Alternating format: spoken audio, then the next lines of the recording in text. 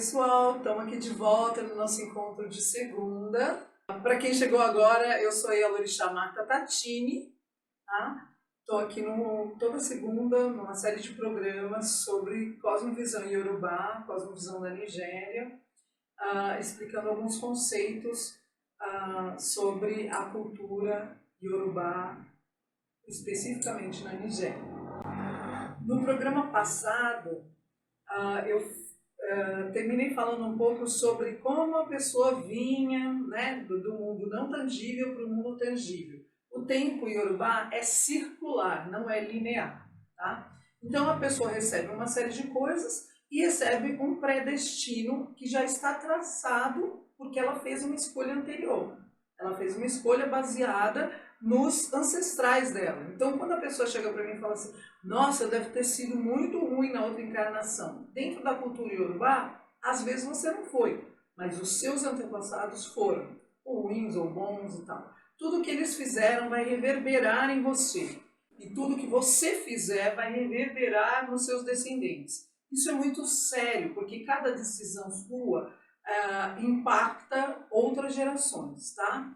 Então, mas antes disso eu vou falar um pouquinho sobre o que está aqui nesse cenário, que são os elementos que a gente usa na cultura, nessa cultura iorubá.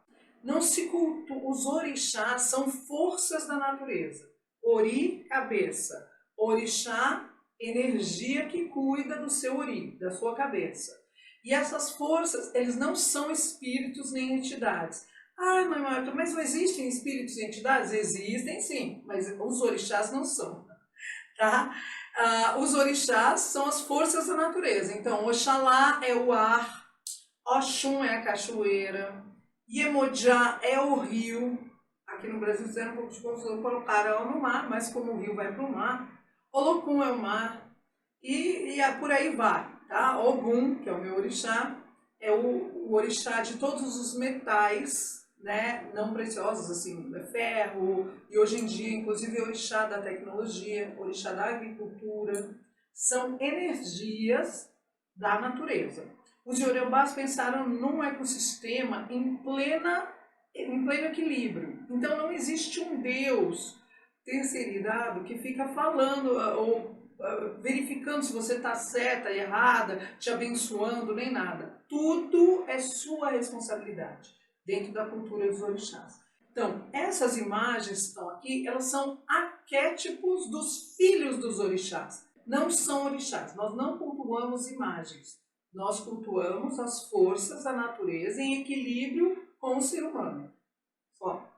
Então, ou estamos em equilíbrio com o nosso acordo que fizemos antes de vir para o útero, ou estamos em desequilíbrio. Tá? E como a gente descobre isso? Com os búzios. Os búzios são a fala dos orixás, que me dizem por que você fez escolhas e desviou do seu predestino. Tá? Alguns elementos que estão aqui, as imagens são só arquétipos, tá? Não cultuamos imagens. Nós temos esse acorô, que caiu. Esse acorô, que é usado para chamar o orixá Ogum. Tá? Nós temos o agogô, que também é um instrumento dos ogãs, que usam para chamar os orixás. O adjá também é usado pelas iqueres para chamar os orixás. Tá? Logo eu vou explicar o que são os ogãs e as iqueres. Sementes. E aí a gente usa a vela porque ela representa o fogo. Né? Então são os elementos: água, ar, terra, fogo. Tá? Todos esses elementos são ligados às energias da natureza, os orixás. Certo? Então tá, voltando e falando dos nossos ancestrais, para os iorubás, os ancestrais nunca morrem, eles não vão para lugar nenhum, eles vão para um portal aqui do mundo intangível.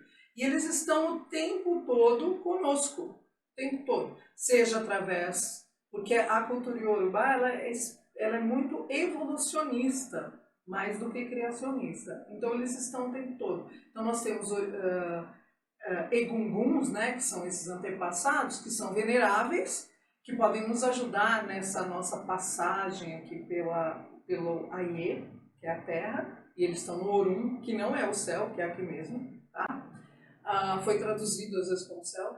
E aí o que acontece é que eles estão nos ajudando, mas alguns dos nossos antepassados não nos ajudaram. Provavelmente você teve antepassados que fizeram coisas ruins na história e tal, você ainda recebe essa reverberação desses feitos.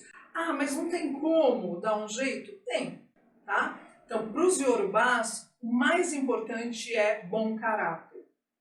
Então, não existe, era uma cultura oral, né? Então, não existe um livro dizendo pecados e tal, não existe esse conceito. Existe, sim, você ter bom caráter, ser uma pessoa honesta e leal, ser uma pessoa não mentirosa e não fofoqueira. Essas 4 coisas são coisas muito, muito importantes para que você mude ou melhore o seu predestino que os seus antepassados fizeram.